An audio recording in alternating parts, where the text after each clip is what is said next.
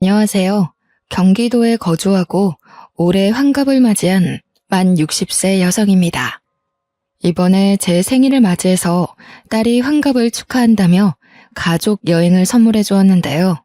환갑이라는 나이가 요즘 들어서는 그리 늙은 것이 아니라고는 하지만 딸과 함께 제주도 여행을 갔다 오며 생일을 보내니 감회가 남다르더라고요. 예전에는 잘만 오르던 언덕과 산도 이제는 무릎이 쑤시고 허벅지가 덜덜 떨리는 것이 몸이 많이 늙긴 늙었구나. 예전과는 다르구나 하고 느꼈네요. 제주도 좋다는 말만 들어봤지 저는 처음 가보는 거였어요. 그 말로만 듣던 제주도를 가보니 눈이 탁 트이면서 냄새부터가 확실히 다르더라고요. 한라산에 간신히 올라가서 그 풍경을 내려다보는데 그런 생각이 들더군요. 제가 열심히 살아온 것들이 쫙 펼쳐지면서 자연 앞에서 한없이 겸허해지는 기분이 들었네요. 앞으로는 어떻게 살아가야 할지 마음을 다시 한번 다잡게 되었습니다. 언제 다 커서 결혼까지 하고 엄마한테 효도한답시고 이렇게 환갑 여행까지 선물해 준 건지 우리 딸이 너무 대견스럽더라고요. 사실 딸은 유독 작고 약하게 태어났어요. 몸에 큰 이상은 없었지만 면역력이 약해 아기 때부터 고열에 자주 시달리기도 하고 그때 당시 유행하는 병이란 병은 다 걸려서 제 속을 많이 썩였답니다. 그런 아이가 건강하게 잘 커서 엄마 호강 좀 시켜보겠다고 이리저리 애를 쓰는데 어떻게 기특하지 않을 수 있겠나요? 아이를 키운 부모 입장이라면 다 이해할 거라 생각해요. 사실 우리 딸을 임신했었을 당시에 큰 사고가 있었습니다. 그래서 딸이 유독 약하게 태어난 것에 제 탓이 있지 않을까 하는 생각이 들고는 했죠. 내가 임신 동안 잘 못 먹어서 그런가? 아니면 큰 사고를 당해서 일이 약하게 태어났나? 아이를 낳고도 저는 한동안 자책에 시달렸네요. 의사 선생님 말씀으로는 태어날 때부터 그냥 약하게 태어난 것이라고는 했지만요. 다른 애들 사이에서 유독 작은 저의 딸을 보면 마음이 어찌나 아프던져. 제가 우리 딸을 가졌을 그 당시에 정말 큰 사고가 났었다고 했죠. 그때 저는 제가 임신했다는 사실을 알고 있었어요. 그래서 애아빠와 혼인신고를 하러 가기 전에 제 가족들과 다 같이 병원에 가는 길이었고요. 저는 제가 앞으로 행복만 할 줄 알았는데 하늘도 참 무심하시지. 갑자기 사고가 날 줄은 꿈에도 몰랐네요. 꽤 큰 교통사고였고 나중에 들어보니 음주운전이라고 하더라고요. 저는 아이를 품은 채로 부모님과 애아빠 모두를 잃고야 말았습니다. 일어나 보니 병원이더군요. 제가 깨어났을 당시에 저희 부모님도 애아빠도 모두 다 사망한 상태라서 충격이 컸죠. 너무 많이 힘들었고 받아들이기 힘든 현실이라서 그때의 자세한 기억은 나질 않아요. 이제야 덤덤하게 말할 수 있는 그런 사정으로 딸을 혼자서 낳고 키우게 되었는데 제가 얼마나 힘들었을지 예상 가시나요? 하루아침에 모든 행복이 다 사라진 듯한 기분이었네요. 눈만 감으면 부모님의 미소와 웃음소리가 떠오르고 가만히 귀를 기울이면 애아빠가 저에게 속삭여주는 달콤한 말들이 떠오르는데 막상 눈을 떠 주위를 둘러보면 저만 있을 뿐 아무도 없었습니다. 죽지 못해 먹고 죽지 못해 아이를 낳았죠. 그렇게 태어난 아이는 당연히 또래보다 약하게 태어났네요. 어려서부터 아이가 잘 아프니까 아이도 고생하고 저도 고생을 많이 할 수밖에 없었어요. 안 그래도 저는 배움이 길지도 않았고 가진 기술도 딱히 없었는데요. 자식까지 자주 아픈 미혼모를 취급해주는 직장은 눈 비비고 찾아봐도 없더라고요. 그래서 저는 식당 허드렛 일을 겨우 전전하며 간신히 입에 풀칠만 했습니다.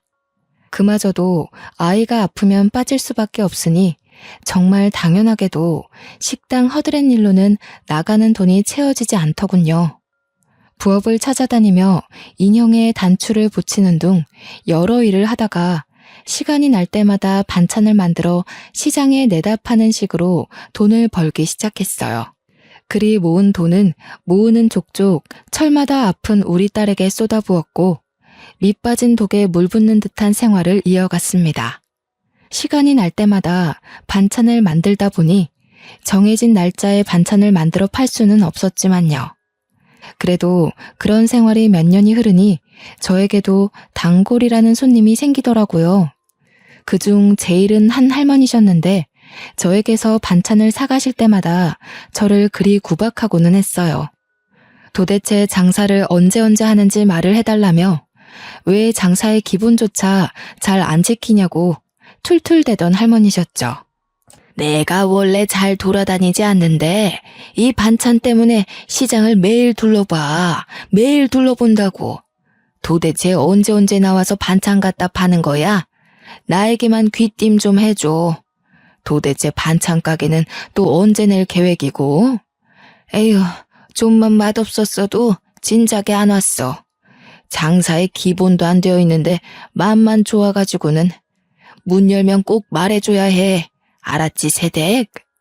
저는 단골 할머니의 그런 투정을 기분 좋게 받아들이면서 매번 같은 날짜가 아님에도 찾아와 주시는 감사함에 가게를 내게 되면 할머니께 꼭 먼저 말씀드리겠다고 약속했네요. 계절이 바뀔 때마다 혹은 유행하는 병이 바뀔 때마다 아이는 꼭 어디 하나씩은 걸리고 아파서 제가 많이 걱정하고는 했죠. 그런데 그런 아이의 건강도 아이가 나이를 먹을수록 조금씩 나아지더니 아이가 유치원에 갈 나이쯤이 되자 웬만한 아이 못지않게 건강해지고 활발해졌어요. 전처럼 매일같이 아프지 않자 저도 덩달아 시간적 여유가 생기더라고요. 저는 아이가 유치원에 들어가기 전에는 반찬 가게를 내든 직장을 구하든 어떻게든 자리를 잡아야겠다고 생각했습니다. 지금처럼 식당에서 허드렛일하고 길거리에서 하루 이틀 불규칙적으로 장사하며 지낼 수 없다는 생각이 강하게 들었거든요. 이리저리 사방으로 정보를 알아보며 면접도 몇 번이나 보았지만 현실은 그리 녹록지 않았네요. 어디에다가 내세울 학력도 경력도 없는 제가 눈에 들어차지 않았겠죠. 게다가 엎친 데 덮친 격으로 잘 살던 집에서도 쫓겨나게 되었습니다. 몇 년을 꼬박 세를 내며 잘 살았던 집이었는데 재개발이 확정되더니 당연한 수순처럼 집주인은 저와 우리 딸에게 나가라며 양해를 구하더라고요. 물론 바로 내쫓지는 않아서 시간이 아직 남아있기야 했지만 모아둔 돈이 많지 않아서 그 집을 나오고 나면 아이와 함께 당장 지낼 곳이 없었어요. 단기간 모텔에서 지낸다고 해도 모텔에는 제대로 된 주방이 없으니 그나마 잘 팔던 반찬도 제대로 못 만들게 되는 거니까 여러모로 머리가 아팠네요. 직장을 알아보랴, 집을 알아보랴. 그리 바쁘고 복잡한 와중에도 시간은 잘 가서 어느덧 아이가 유치원에 갈 시간이 가까워지더라고요. 아이는 이제 유치원을 오가며 유치원 생활에 적응하고 있는데 저는 그때까지도 괜찮은 직장도 거주지도 못 얻은 상태였어요. 잠시 머무를 집도 없고 부탁할 가족도 없고 돈도 없으니 정말 앞이 막막하고 캄캄하고 이보다 더 힘든 일이 있을 수 있을까 싶을 정도였네요. 사고로 가족을 잃고 혼자 아이를 낳아 키우며 힘든 일이 참 많았는데요. 이때는 진짜 극복할 수 없는 벽을 마주한 기분이었어요. 어떻게든 먹고 살아야 하고 책임질 아이도 있으니 인생이 안 풀리는 만큼 더 열심히 살려고 발버둥을 쳤습니다. 아이는 일단 유치원에 보내놓고 반찬을 만들어 시장에 갔죠. 반찬을 열심히 팔면서도 현실의 괴로움에서 빠져나오지 못하고 있는데 단골 할머니는 그날도 어김없이 오셨더라고요. 좋아하는 연금 무침을 집으시면서 계산하시더니 늘 그랬듯이 또 언제 오냐고 물어보셨어요. 반찬 가게에 낼 거라면 꼭 얘기하라는 이야기로 마무리를 하시는데 평소처럼 웃으며 넘기려다가 이게 마지막일 수 있다고 말하게 되었네요. 어르신, 매번 찾아주셔서 정말 감사해요. 그런데 저도 자주 오고 싶고 반찬 가게도 내고 싶은데 상황이 여의치가 않네요. 어쩌면 오늘이 마지막일 수도 있겠어요. 머무를 곳은 없고 직장은 번번이 떨어지고 지금까지는 어떻게든 괜찮았는데 이제는 정말 반찬 만들 곳도 없어질 것 같아서요. 그래도 그간 감사했어요. 에? 무슨 일인데 그리 심각하게 못 온다 말을 해. 자 좀 말해봐. 내가 도울 수 있으면 도와주고 싶어서 그래. 오랜만에 입에 맞는 반찬 가게를 찾았다 했더니 이게 웬일이다냐? 제가요, 지금 세를 내고 살고 있는데요. 그 집이 재개발된다고 해서요. 곧 나가야 하는데 아이를 홀로 키우기도 하고 아이가 자주 아팠어서 돈을 못 모아놨어요. 그래서 갈 곳도 없고 돈도 없고 직장을 구해도 저 같은 사람을 뽑아주지는 않더라고요. 어쩌겠어요. 일단 모텔이라도 들어가 묵어야 하는데 그러면 반찬을 못 만들 것 같아요. 단골 할머니는 제 말을 유심히 듣고는 저보고 해결해 줄 수 있다고 당당히 소리치고는 오늘 장사 접고 그대로 본인만 따라오라고 말씀하시더라고요. 제가 그 말에 당황해서 예? 하고 대묻기만 하자 남은 반찬은 본인이 다 살 테니 걱정하지 말고 따라오라면서 제 손을 잡고 어디론가 향하셨어요. 어찌저찌 단골 할머니께 끌려가 도착한 곳은 시장에서 얼마 벗어나지 않은 4층짜리 동네 건물 앞이었는데요. 1층에는 작은 동네 슈퍼마켓이 있고 그 위로는 간판이 붙어있지 않은 걸로 보아 사람들이 사는 집으로 보였어요. 단골 할머니는 그 건물을 가리키며 당당하게 말씀하시더라고요. 내가 여기 건물 주인인데 이 슈퍼마켓도 운영 중이었거든. 이젠 몸이 늙어서 슈퍼마켓을 정리할까 생각 중이었는데 마침 잘 됐다. 새댁이 여기 들어와서 반찬 가게를 내. 슈퍼 한쪽에 방이 따로 또 있어서 살 수도 있고 유치원이랑도 가깝고 나름 괜찮을 거야.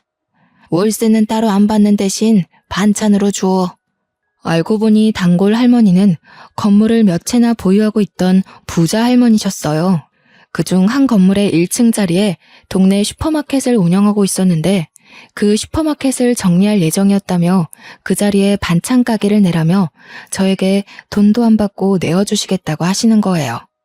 대신 본인이 좋아하는 반찬을 알려주시면서 맛있게 만들어달라고 하시는데 너무나 감사했어요. 염치를 아는 사람이라면 이런 제안을 거절하거나 월세를 제대로 주겠다는 이야기를 했어야 하지만 저는 이것저것 따질 수 있는 상황이 아니었기에 염치불구하고 단번에 단골 할머니의 제안을 수락해 얼른 그곳으로 이사를 했습니다. 슈퍼마켓이었던 1층을 반찬 가게로 바꾸는 과정은 생각보다 많은 게 필요했어요. 모든 걸 새로 바꿔야 했고 설치해야 할 부분도 많았죠. 인테리어는 그렇다 치고 기본적인 틀부터 새로 해야 했기에 만만치 않은 돈이 필요하더라고요. 제가 모아둔 돈을 거의 다 쏟아붓고도 모자라 단골 할머니께서 도와주신 후에야 반찬 가게로의 탈바꿈이 가능했었네요. 심지어 단골 할머니는 슈퍼 안쪽에 있던 방을 개조해 저와 제 딸이 같이 살 수 있는 공간으로 만들어주셨어요. 그렇게 단골 할머니가 하시던 동네 슈퍼마켓은 저의 반찬 가게가 되었고 반찬 가게에 딸린 방은 저와 딸의 집이 되었습니다. 할머니는 반찬 가게 건물의 3층에서 살고 계셨는데요. 저는 너무나 감사한 마음에 할머니가 좋아하시는 반찬을 늘 정성껏 요리하고 매번 집으로 갖다 드리며 할머니와 저와 딸이 모두 함께하는 식사를 자주 하고는 했어요. 할머니는 그만하고 너도 좀 쉬라며 저를 말리시기도 했지만 하루 세 끼 모두 같이 못 먹더라도 한 끼는 같이 먹을 수 있게 노력했고 그렇게 우리 셋은 점차 가까워져만 갔네요.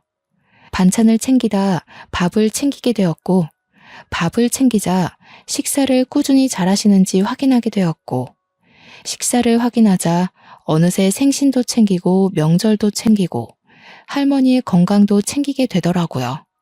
단골 할머니도 처음에야 그만 좀 하라며 저를 타박하듯이 말씀하셨지만 단골 할머니께 익숙해진 저는 그게 단골 할머니만의 애정 표현이라는 것을 눈치 못 챌 리 없었네요.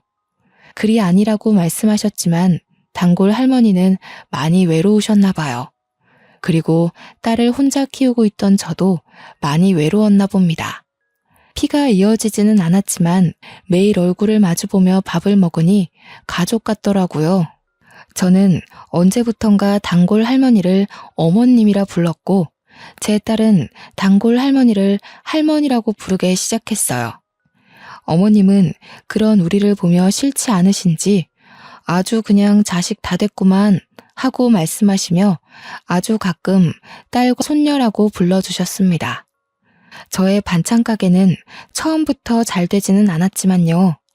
시간이 흐르면 흐를수록 단골이 생겨났고 천천히 발전되어 갔어요. 나름 그곳에 자리를 잡게 된 것이죠. 제가 딸을 처음 유치원 보내면서 결심한 것이 어디로든 나와 딸을 위해 자리를 잡는 거였는데요. 그때 당시에는 결코 이뤄질 수 없다고 생각했던 게 조금씩 이루어져 딸이 어느새 커서 초등학교를 졸업할 나이가 될 때쯤에는 저 스스로도 내가 이 동네에 자리를 잡았구나 싶었습니다. 저는 아직도 저의 손을 잡아 끌고 가서 저에게 건물을 소개해 주시던 어머님의 또랑또랑한 목소리와 모습이 눈에 아른거리는데요. 그리 정정하시던 어머님은 어느새 많이 늙어 잘 걷지도 못하시고 기침을 자주 하시더라고요. 저는 그런 어머님을 최대한 정성스럽게 보살피고 있었죠. 요즘 따라 어머님이 늙으신 티가 더 나는 것 같아 건강에 좋다는 것은 모두 해서 먹였어요. 다행히 어머님도 제가 만든 요리들이라면 편식 없이 잘 드시곤 했네요. 그날도 똑같았어요. 그날도 늦은 저녁까지 가게 문을 열고서는 저는 어머님께 바로 갖다 드릴 생각으로 보양식과 기침에 좋은 생강차를 만들고 있었어요. 재료 선택부터 손질, 조리 등등 하나부터 열까지 오로지 저의 정성이 다 들어간 요리라서 제가 반찬 가게에서 파는 반찬들보다 더 정성을 쏟게 되더라고요. 땀을 뻘뻘 흘려가면서 만들다 보니 어느새 마감 시간은 훌쩍 지났고 너무 늦어지는 것 같기도 하고 이제 생강차도 마무리만 하면 돼서 가게 문을 닫으려 밖으로 나갈 때였네요. 간판 불을 끄고 주변을 정리하고 있으니 깡마르고 어린 학생으로 보이는 어떤 여자가 저에게 말을 걸더군요. 저기요, 혹시 이 반찬 가게 오늘 영업 끝났나요? 오늘 꼭 사고 싶은 반찬이 있는데 괜찮으시다면 잠시 열어주실 수는 없으신가요? 그 여자분이 저에게 굉장히 미안해 보이는 모습으로 손끝을 매만지며 말을 하는데 어쩔 수가 없더라고요. 그리고 그 여자분은 며칠 전부터 마감 바로 전에 오셔서 반찬을 구매하시던 손님이라 제가 기억하고 있던 손님이었어요. 마침 떨이 반찬도 몇 개 남아 있었고 생강차도 완벽히 마무리된 상태는 아니라 제가 생강차를 다 마무리할 때까지 둘러보시라고 하고 저는 생강차에 신경을 기울였네요. 만든 생강차를 유리병에 옮겨 담고 설거지까지 마치자 여자가 조심스레 계산을 요청하더군요. 계산을 해주려는데 여자분이 굉장히 머쓱한 얼굴로 떨이 반찬 하나만 내미는 거 아니겠나요? 대수롭지 않게 계산을 해주고 포장을 해주려는데 며칠간 봐왔던 여자의 모습이 순간 머릿속을 스치더라고요. 그러고 보니 늘 그랬어요. 떨이 반찬은 만든 당일에 안 팔려서 폐기 전에 파는 반찬이라 웬만하면 평소보다 더 저렴하게 팔거든요. 거의 재료값만 받으면서 파는 정도인데 이 여자분은 그마저도 고민하다 하나만 사가고는 했었죠. 그게 딱 생각이 나면서 괜히 마음이 쓰이던데요. 결국 나머지 떨이 반찬도 다 가져가라 하고 같이 포장해 주었네요. 여자는 저에게 너무나 감사해하며 고개를 연신 숙였고 여태까지 그랬듯이 다음 날에도 그 다음 날에도 저의 반찬 가게를 마감 시간 전에 들리며 떨이 반찬을 하나씩 사갔습니다. 그때마다 저는 떨이 반찬을 몇 개 더 얹어주거나 가끔은 미리 하나 빼놓은 고기 반찬을 얹어주기도 했네요. 왜 그랬는지는 저도 잘 모르겠어요. 그냥 예전에 입에 풀칠만 하던 제가 생각이 나더라고요. 그렇게 몇 달이 흐르고 이런 상황들이 서로에게 익숙해진 날이었어요. 그날도 저는 두부조림 반찬을 미리 하나 빼놓고 있었죠. 여자가 와서 떨이 반찬 하나를 구매하자 매번 그랬듯 습관처럼 떨이 반찬과 두부조림 반찬을 같이 포장해서 건네주는데요. 평소처럼 감사하다고 말하며 고개를 숙이던 여자가 그 상태로 멈춰 있는 거예요. 오늘 많이 힘드셨나 봐요, 손님. 어디 불편하신 곳 있으세요? 괜찮으세요? 제가 뭐 도와드릴 게 있을까요? 제가 당황해서 괜찮으세요? 하며 말을 거니까 여자는 욱욱거리면서 울음 참는 듯한 소리를 내더니 갑자기 막 우는 거 아니겠어요? 눈물이 어찌나 샘솟던지 휴지를 갖다 줘도 끝나지 않더라고요. 이런 상황은 또 처음이라서 어찌할 줄을 모르고 있으니 여자가 저에게 죄송하다면서 하는 말이 이번이 마지막 방문일 수도 있다는 거예요. 갑자기 눈물이 나서요. 죄송해요. 그런데 제가요, 오늘이 마지막일 수도 있어요. 제가 일하던 곳이 순댓국집이었는데 재개발로 없어진다고 하더라고요. 일할 곳이 없어졌는데 제가 오늘이 마지막 근무였어가지고 그래서 그간 너무 감사했는데 눈물이 갑자기 저도 모르게 나가지고요. 그동안 너무 감사했어요. 경황 없이 줄줄 흘러나오는 여자의 말을 잠자코 듣고 있었는데 어린 사람인데도 사정이 참 딱하더라고요. 여자는 고등학교를 졸업하자마자 애를 낳으면서 부모와 연을 끊었다고 해요. 애아빠는 본인이 책임지겠다더니 혼인신고하기로 한 전날 도망갔다고 하고요. 그래서 주변에 도움 없이 현재 3살짜리 아기를 혼자 키우는 중인데 일할 곳 찾기가 너무 힘들었다고 하더라고요. 다행히 좋은 순댓국집 사장님을 만나서 여태 순댓국집에서 일해왔는데 재개발로 순댓국집 건물이 없어지게 되었다고 그러네요. 순댓국집 사장님은 나이도 꽤 있으셔서 이 김에 고향으로 내려가기로 했다고 하고 여자는 일할 곳을 잃게 되어 여기저기 알아봤으나 일을 구하지는 못했다고 그러고요. 오늘이 마지막 근무였다고 하면서 앞으로 이쪽으로 올 일이 거의 없을 것 같다며 우는데요. 어찌나 저의 모습 같던죠. 저도 같은 미혼모였기 때문에 알거든요. 일 구하기 힘들고 하는 일마저 힘든 일이었다는 걸요. 한번 막히면 그 앞을 다시 찾아서 나아가기가 얼마나 힘든지도요. 식당 허드렛 일마저도 내가 아쉬워서 다니다가 피치 못한 사정 때문에 쫓겨나는 듯한 기분을 저도 매우 잘 알죠. 비슷한 경험을 겪어봤기에 동질감을 느낄 수밖에 없더라고요. 물론 저는 사고로 가족을 잃었고 여자는 아이를 가지면서 가족들과 애아빠와 안 좋은 이별을 맞이하게 된 거라 저와는 다른 부분이 있기야 하지만요. 그럼에도 저의 예전 모습과 많이 비슷하다는 생각과 더불어 제 과거 모습이 떠오르는 건 어쩔 수 없었네요. 그리고 어머님이 저에게 베풀어 주신 은혜가 생각이 나더라고요. 저도 딸 하나 저 혼자서 키우고 있어요. 그래서 기분 나쁘게 듣지 마시고요. 제안 하나만 해볼까 하는데요. 혹시 제 가게에서 일할 생각 있나요? 아기 데려와서 돌보며 일해도 괜찮고 근무 시간은 저와 똑같아요. 저는 반쯤은 충동적으로 여자에게 제안을 하나 하게 되었어요. 우리 가게에서 일해보지 않겠냐는 제안이었는데 마침 직원 1명 필요하기는 했거든요. 장사가 점점 잘 되기도 하고 저의 평생 은인이신 어머님의 몸이 점점 안 좋아지는 게 느껴지기 때문이었어요. 당연히 너무 감사하죠. 제가 지금 사양하거나 할 처지가 아니라서요. 스스로 염치 없지만 감사하게 받아들일게요. 정말 감사합니다. 여자는 아니나 다를까 그때 저처럼 감사하다면서 열심히 일하겠다고 하더라고요. 어머님이 나에게 그랬던 것처럼 나와 비슷한 처지의 사람을 도우니 어머님께 뭐라도 보답을 한 기분이었어요. 저도 동정이든 뭐든 물불 가리지 않고 주어지는 기회를 잡았어야 했죠. 여자는 바로 다음 날부터 부지런하게 나오기 시작했어요. 여자 출근할 때 늘 아기를 데리고 왔는데 아기는 반찬 가게에 딸린 저의 집에 두고서 저와 여자 둘이서 번갈아 가며 신경을 써주기도 하고 둘 다 일해야 하는 바쁜 시간이면 가게에 두고는 바로 옆에서 지켜보며 일을 하기도 했죠.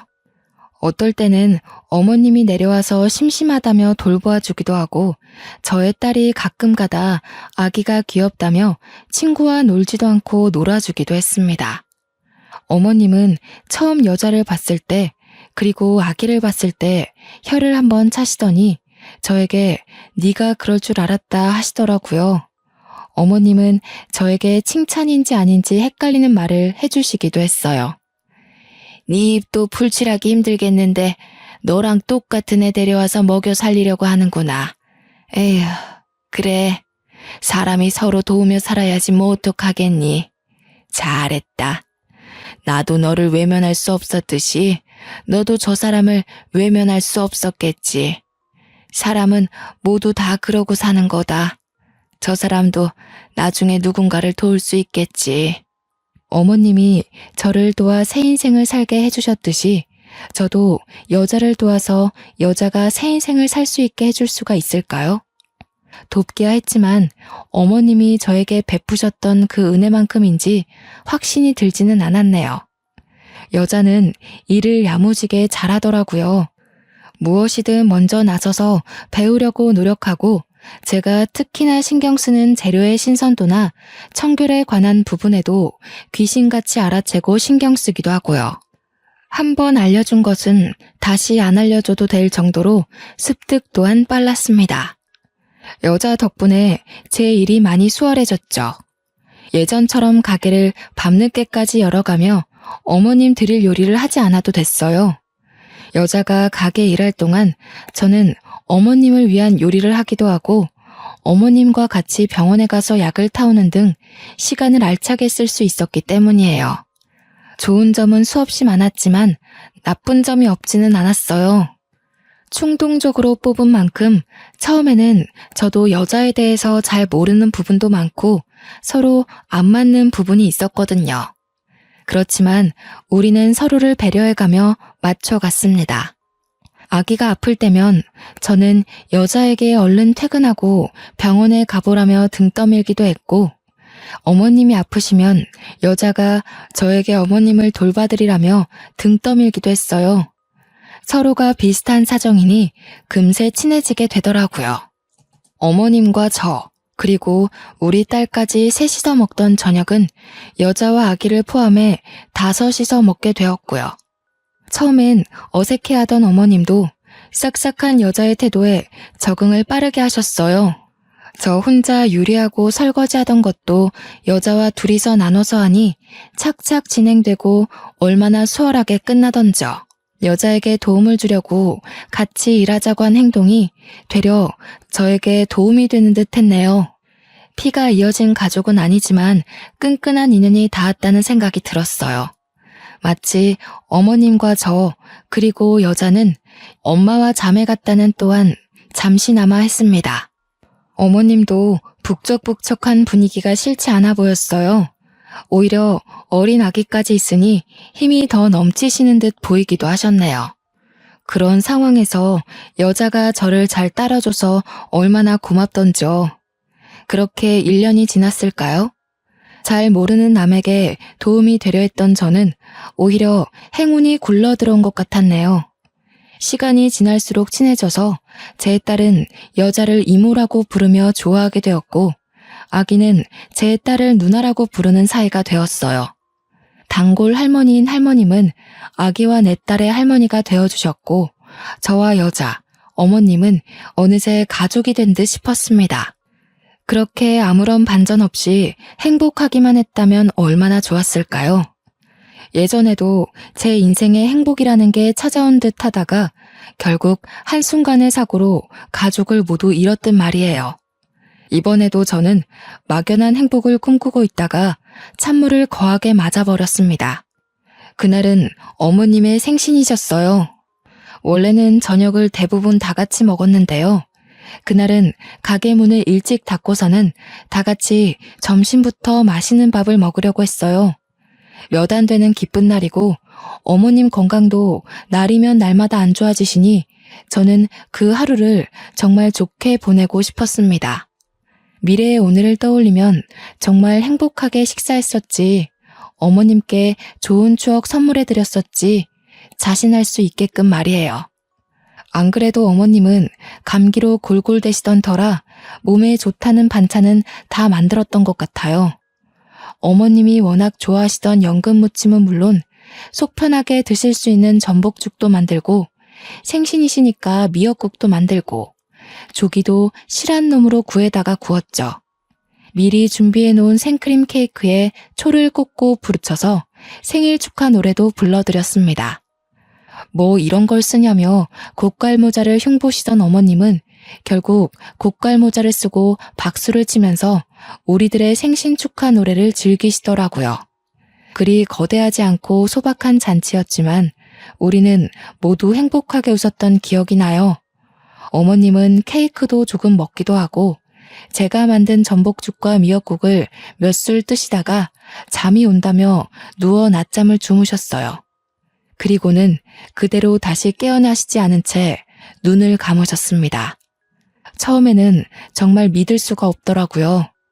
어머님은 그냥 편안하게 침대에 누워서 눈을 감고 계셔서요. 딱 보았을 때도 낮잠을 자시는 것처럼 보였거든요. 어머님이 잘 주무시는 걸 계속 확인하면서 방을 왔다 갔다 오가고는 했는데 도대체 언제 돌아가신 건지 짐작을 할 수도 없었네요. 그저 저는 저녁 먹을 때가 되어서도 일어나시지 않아서 어머님을 깨우러 들어갔던 것뿐이었는데 그게 어머님과의 마지막이었을 줄 정말 누가 알았겠어요. 정말 행복하게만 보내고 싶던 좋은 날에 좋게 가셨으니 이 정도면 잘 가신 거야 싶다가도 눈물을 줄줄 흘리며 돌아가신 게 아니라며 부정하게 되더라고요. 가족을 잃고 다시 만나게 된 가족이었는데 허무하게 잃어버린 것 같았죠. 멍하니 어머님의 장례식을 치르는데요. 어머님이 아프셔도 코빼기도 보이지 않던 어머님의 아들이란 사람이 찾아오더라고요. 그러면서 아주 당당히 상주 자리를 차지하던데 저는 그 앞에서 말 한마디 할 수가 없었어요. 혈연으로도 서류상으로도 어머님의 가족은 바로 그 사람이었으니까요. 어머님의 다른 가족들도 많이 왔는데 저는 너무 허탈하고 화가 나더군요. 어머님이 살아계실 때나 잘할 것이지 죽고 나서야 저렇게 많이 오면 뭐합니까? 누가 봐도 얻어먹을 것이 있어서 온 게 아주 뻔했죠. 심지어 장례식이 제대로 끝나기도 전에 벌써부터 유산 문제로 자기들끼리 소리치며 싸우기까지 하더라고요. 네가 여기 어디라고 찾아오길 찾아와. 당신 줄 거 하나도 없어.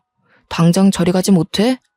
우리 엄마 재산 탐나서 여기까지 찾아온 것 같은데 제발 상관 말고 감히 넘보지 말고 여기에서 나가. 알겠어? 어머님께 제가 몇 년을 붙어 있으면서 단 한 번을 찾아오지 않는 가족을 보고는 대충 예상하기는 했었지만요. 이렇게 콩가루 집안이라고 생각하지는 못했는데 막장 드라마에서나 볼 법한 말을 서로 주고받으며 싸우더라고요. 저는 그런 와중에도 눈칫밥 먹어가면서도 3일 내내 장례식장을 조용히 지키고 있다가 저의 집으로 돌아왔습니다. 여자는 그런 저를 배려해주듯이 아무런 말도 없이 혼자서 반찬 가게를 운영해주고 제 딸도 돌보아 주었어요. 본인도 장례식에 오고 싶고 어머님 옆을 지키고 싶었을 텐데 늦은 밤에 잠깐 와서 얼굴만 비추고 간 것이 다였습니다. 그 말없는 배려가 너무 고맙더라고요. 덕분에 어머님을 아무런 걱정 없이 보내고 올 수 있었거든요.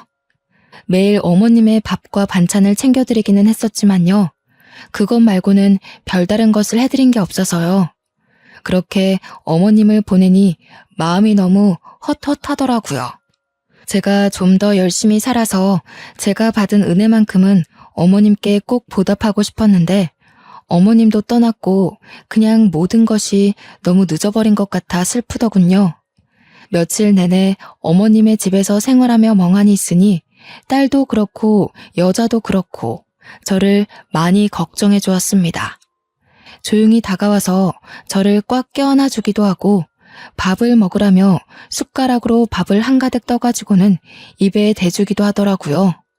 그러면 저는 기계처럼 밥을 먹고 어머님 집을 청소하면서 어머님의 남은 빈자리를 확인한 듯한 생활을 이어갔죠.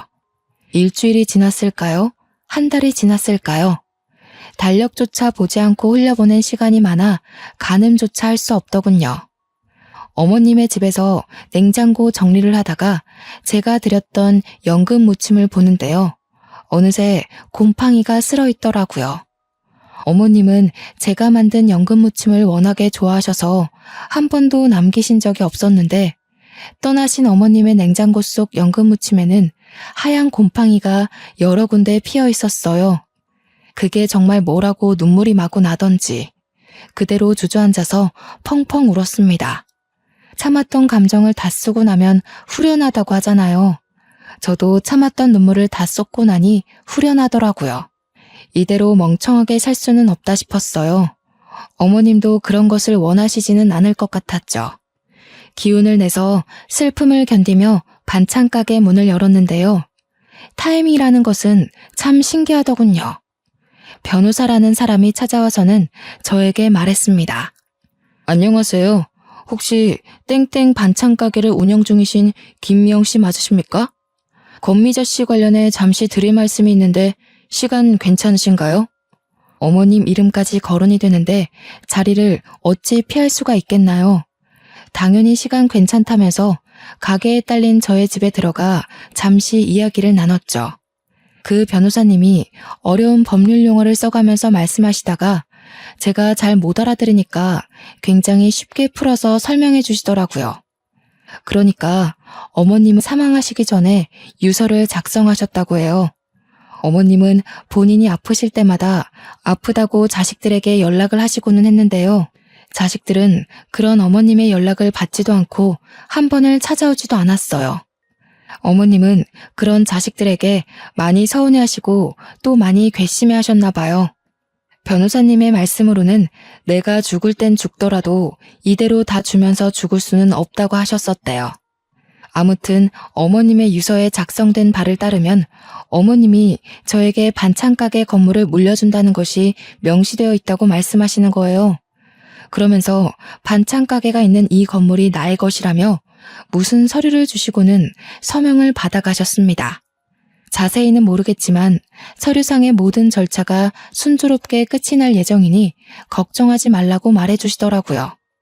어안이 벙벙해서 변호사님께 질문을 여러 가지 했었는데 자세한 확답은 없었지만 저에게 주신 건물을 제외하고는 모든 재산을 처분하고 사회에 기부하는 듯 했습니다. 정말 믿을 수가 없지 않나요? 그때의 제 기분은 정말 아무것도 믿을 수가 없었어요.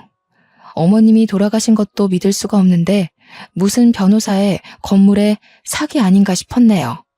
그리고 몇 년을 가족처럼 지냈다고는 하지만 정말 피가 이어진 가족도 아니었잖아요.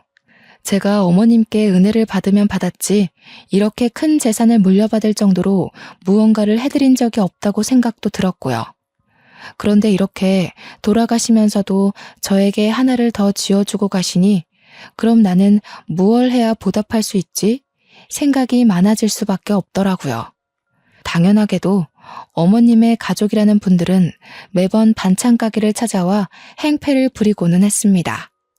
다 늙은 노인네 어떻게 꼬셔서 재산을 가로챘냐느니 어쩐지 장례식에 3일 내내 붙어있더니 이런 속셈이 있었냐느니 험한 말을 여럿 뱉어내더라고요.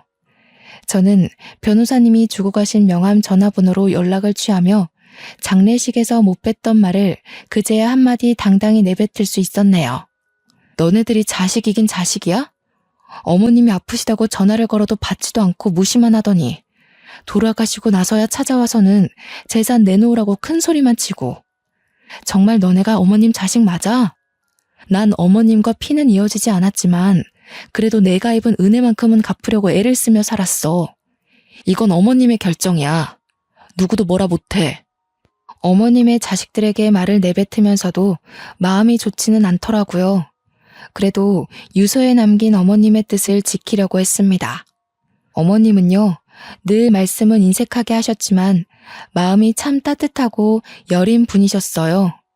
저에게 반찬 가게 자리를 물려주셨던 어머님은 제 아이를 친손주 마냥 예뻐해 주시면서 간식 하나든 장난감 하나든 뭐 하나라도 더 쥐어주시려고 하셨죠. 돌아가시면서도 저의 반찬가게 자리를 지켜주며 떠나신 어머님은요, 누군가는 그저 재산을 물려준 것이라며 말할 수도 있겠지만 저에게는 돈을 떠나서 돈으로 환산할 수도 없는 것을 물려주신 분이에요. 제가 괜히 은인이라며 은혜를 입었다며 했겠나요? 가족을 잃고 집 자리를 잃고 제 인생의 방향마저 잃을 뻔했을 때 오갈 곳 없던 저의 인생을 고든 길로 걸어나갈 수 있게 인도해 주셨어요. 건물을 물려받으면서 그리고 저의 반찬가게에 어머님 아들과 딸들이 찾아오면서 저의 은인이자 저의 어머님이 눈을 감으셨다는 사실을 받아들일 수밖에 없었네요. 저는 그저 저를 위해 이 반찬가게 건물을 저에게 물려주신 거라는 생각은 안 하기로 했어요. 늘 말씀보다는 행동이 먼저이셨던 어머님이셨기에 이번에도 그런 것이라 생각하기로 했고, 이 재산 말고는 사회에 기부하셨다고 했으니 그것에 더 뜻이 있다고 여겼거든요.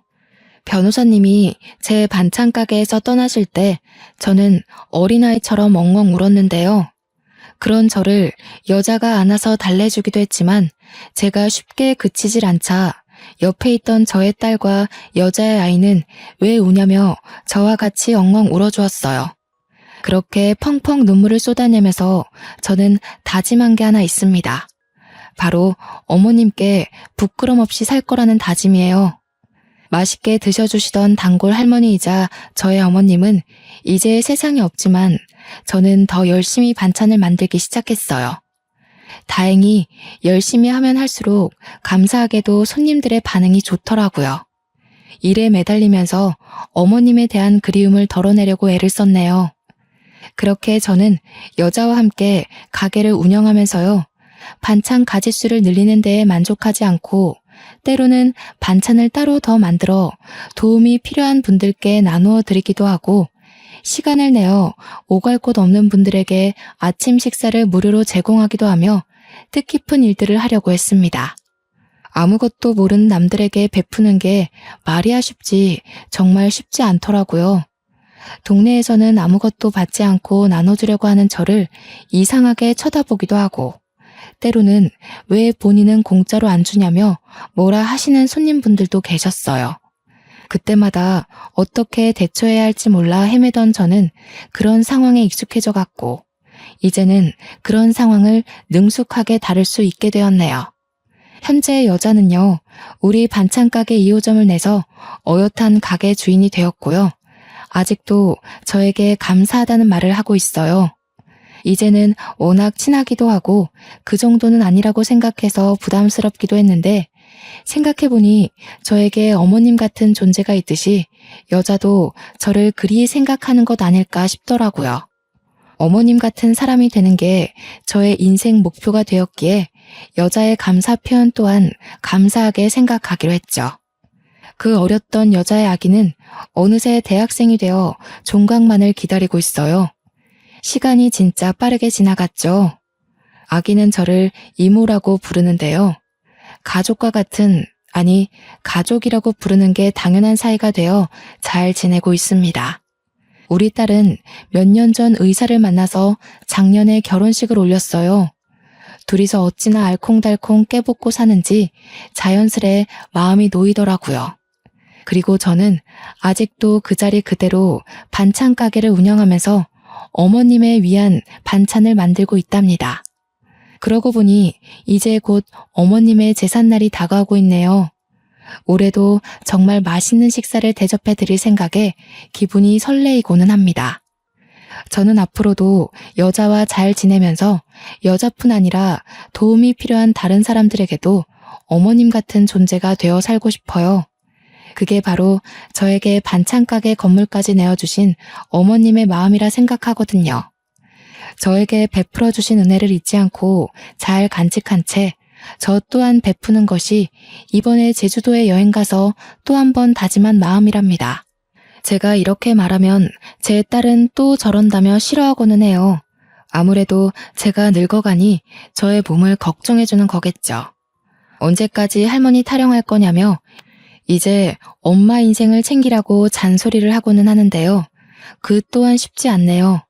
이제는 습관이 되었나 봐요. 물론 저도 나이가 들어가면서 일만 하던 나날들은 당연히 조금씩 떠나보내야겠죠. 그렇지만 저의 몸이 허락하는 한 반찬을 만들고 밥을 지으며 살고 싶어요. 밥은 못 차려주더라도 따뜻한 반찬 한 가지쯤은 거뜬히 내어줄 수 있는 그런 사람으로 남고 싶네요. 제 이야기 꽤 길었던 것 같은데 재미있으셨나요? 여러분들은 어떤 사람으로 남고 싶으신가요? 서로를 도우며 살아가는 따뜻한 사회를 꿈꾸며 저는 이만 글을 마치겠습니다. 제 사연 들어주셔서 감사하고 우리 꼭 같이 행복해져요. 감사합니다.